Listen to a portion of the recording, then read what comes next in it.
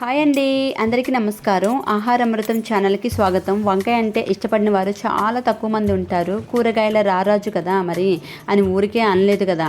ఈరోజు మనం వంకాయ మరియు బంగాళదుంపతో ఎంతో రుచిగా ఉండే సంప్రదాయమైన పులుసు ఎలా చేయాలో చూద్దాము. ఈ పులుసు వేడి వేడి అన్నంలోకి, ముఖ్యంగా వర్షం పడుతున్నప్పుడు తింటే ఆ రుచే వేరండి. దీంతోపాటు గుమ్మడి వడియాలు వేపుకొని తింటే మజా భలే ఉంటుందండి. మరెందుకు ఆలస్యం, లెట్స్ స్టార్ట్ చేసేద్దామా.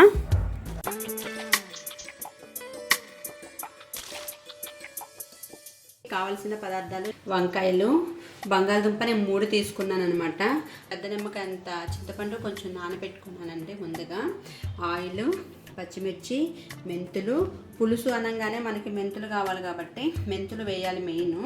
సో మెంతులు, జీలకర్ర, కరివేపాకు, కొత్తిమీర, ఉల్లిపాయ, పోపుకి ఆవాలు, జీలకర్ర, ఇంకా పచ్చిశనగపప్పు. కొంచెం పులుసు ఎక్కువ పెడతాను కాబట్టి కొంచెం మరీ చిన్న సైజు కాకుండా ఒక పెద్ద ఉల్లిపాయ తీసుకున్నాను.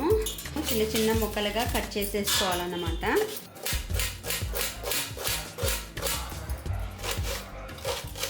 కావాలండి. సో ఈ ఉల్లిపాయని నేను పక్కన పెట్టుకున్నాను.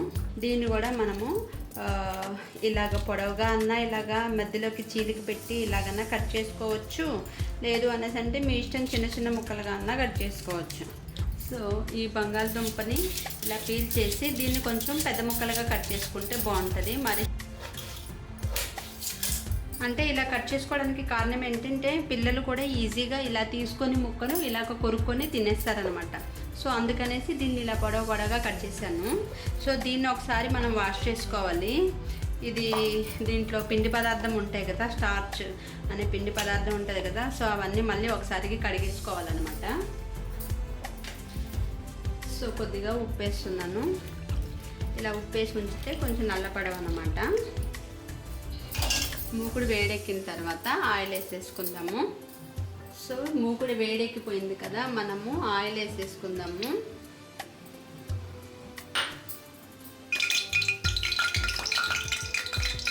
ఈ ఆవాలు జీలకర్ర ఉంది కదండి, ఈ ఆవాలు జీలకర్ర వేసేసుకోవాలి. వేసేసుకొని ఈ పచ్చిశనగపప్పు తీసుకున్నాం కదా, ఆ పచ్చిశనగపప్పు కూడా వేసుకోవాలి. కొద్దిగా పచ్చిశనగపప్పు వేసుకొని మనం ఇలా కలపెట్టుకోవాలి. ఇలా కలపెట్టుకొని తర్వాత మనము మెంతులు వేసేసుకోవాలండి. మెంతులు తీసుకున్నాం కదా, ఈ మెంతులు వేసేసుకోవాలి. మెంతులు వేసుకొని మనం ఒకసారి ఇలాగా కలపెట్టుకోవాలి. కలపెట్టుకొని పచ్చిమిర్చి వేసేసుకోవాలండి.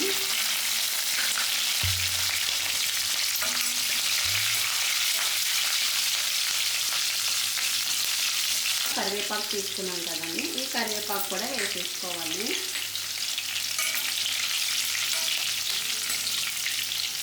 ఉల్లిపాయలు వేసేసుకోవాలండి. ఉల్లిపాయలు వేసేసాను.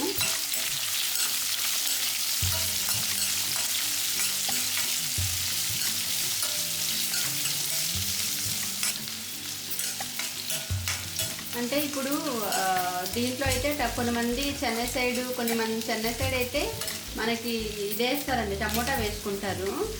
ఆల్రెడీ మనం పులుసు కాబట్టి చింతపండు వేసినాం కాబట్టి మనం టమోటా వేయాల్సిన అవసరం అయితే లేదు.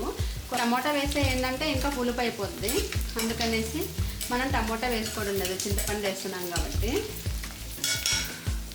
ఇప్పుడైతే వంకాయలు అయితే ఇప్పుడే వేయకూడదండి. వంకాయలు అయితే మనము లాస్ట్ ఎప్పుడైతే మన ఈ బంగాళదుంప వేసుకుందాం. ఇప్పుడు ఈ బంగాళదుంప వేసుకొని మగ్గనిచ్చాలన్నమాట. ఇప్పుడు ఈ బంగాళదుంప తీసుకున్నాం కదా, ఈ బంగాళదుంపని మనం దాంట్లో వేసి బాగా మగ్గాలన్నమాట.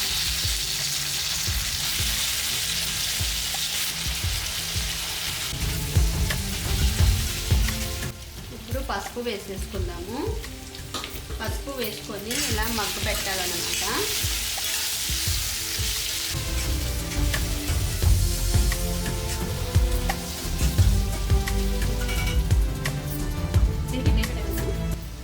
ప్లేట్ పెట్టేద్దాం. ప్లేట్ పెట్టేసాం అనుకోండి, కొంచెం తొందరగా మగ్గుతుంది. ఈ లోపల మనము ఈ చింతపండు నానబెట్టున్నాం కదా, ఈ చింతపండు మన రసాన్ని తీసుకుందాము.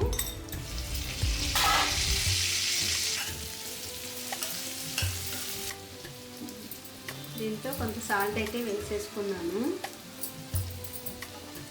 అంటే వంకాయ అయితే మనకి తొందరగా ఉడికిపోద్ది, బంగాళదుంప కొద్దిగా ఉడకదు కదా, అందుకనేసి ఫస్ట్ బంగాళదుంపని ఇలా బాగా మగ్గపెట్టుకోవాలన్నమాట.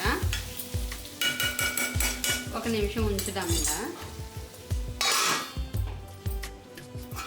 ఇప్పుడు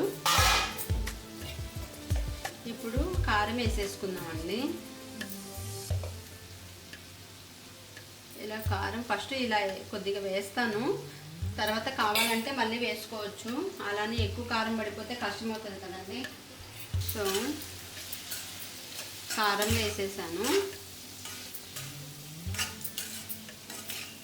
చాలామంది పులుసులో అల్లం వెల్లుల్లి పేస్ట్ ఇవన్నీ వేస్తారండి. పులుసులో అయితే అల్లం వెల్లుల్లి పేస్ట్ అయితే వేయనక్కర్లేదు, అవసరం లేదు.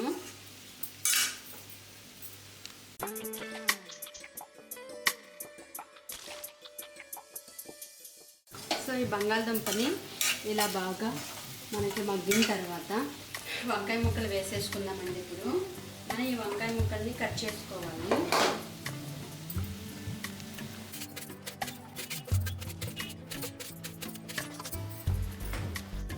సో మనం దీంట్లో ఈ వంకాయ ముక్కల్ని వేసేసుకోవాలి.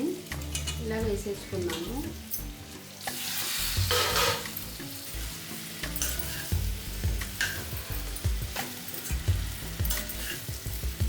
ఇలాగా కలబెట్టుకోవాలన్నమాట. కలుపుకొని ఈ చింతపండు పులుసుని వేసేసేయాలన్నమాట.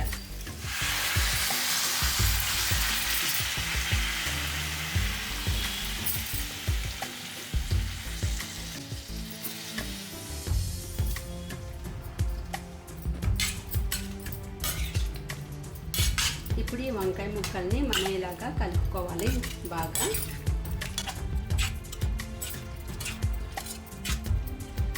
ఇలా కలుపుకొని ఇప్పుడు మనం ఇలాగా కలుపుకున్నాం కదా, ఈ వాటర్ కూడా మనం దీంట్లో వేసేయాలి.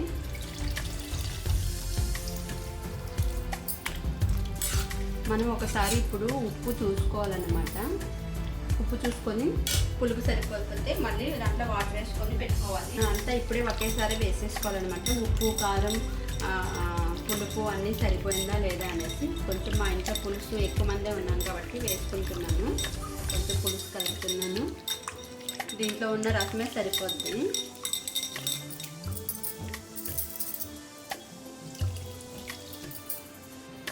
కొంచెం కారం కూడా వేస్తున్నానండి. కారం సరిపోలేదనిపించింది నాకైతే, కొంచెం కారం కూడా వేస్తాను.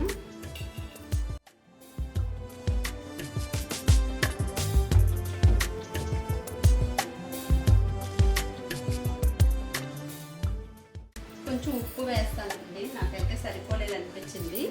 కొంచెం సాల్ట్ వేస్తున్నాను.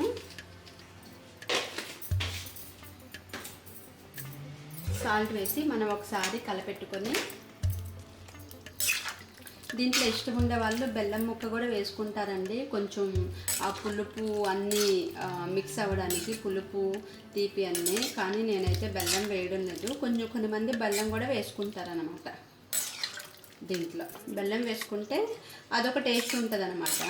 ఈ గోదావరి స్టైల్లో అయితే కొంచెం బెల్లం వేస్తారు. నేనైతే బెల్లం వేయను, కొంచెం తీపుగా ఉంటే పిల్లలు కూడా తినరు అనేసి నేనైతే బెల్లం వేయడం లేదు. సో ఇప్పుడు మూత పెట్టేస్తామండి. హై ఫ్లేమ్లో పెట్టి మనం మూత పెట్టేద్దాము.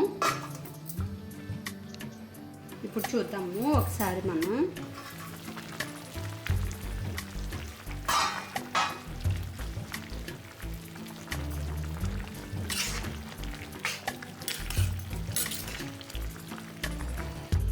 ఇప్పుడు మూత తీసి చూద్దాము. అబ్బా చాలా మంచి వాసన వస్తుందండి, చాలా బాగుంది. ఇప్పుడైతే మనము కొత్తిమీర వేసేసుకుందామండి.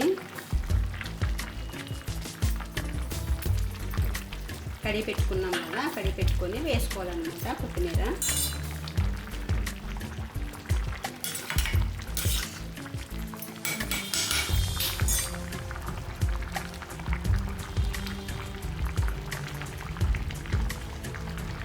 కొద్దిసేపు మూత ఉంచేద్దామండి. ఇప్పుడైతే మనము మీడియం ఫ్లేమ్లో పెట్టుకుందాము. హైలో పెట్టుకున్నాం కదా, ఉడికింది కదా. సో ఇప్పుడు కొంచెం మీడియం ఫ్లేమ్లో పెట్టుకొని ఉడకనిద్దాము. ఇప్పుడు ఒకసారి ఓపెన్ చేసి చూద్దామండి. ఇది కావాల్సిన పులుసు టెక్స్చర్లో వచ్చింది. సో నేనైతే ఆయిల్ ఎక్కువ వేసుకోలేదండి, ఎక్కువ వేయలేదు. సో ఒకసారి ఉప్పు చూస్తాను. మంచి స్మెల్ వచ్చేస్తుంది. అబ్బా చాలా బాగుందండి బంగాళదుంప వంకాయ పులుసు, చాలా అదుర్సు.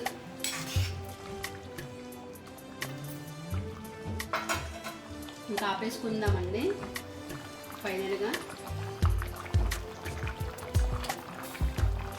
ఫైనల్ అయిపోవచ్చింది మన బంగాళదుంప వంకాయ పులుసు అయితే రెడీ అయిపోయిందండి. నేనైతే స్టవ్ ఆఫ్ చేసేస్తున్నాను.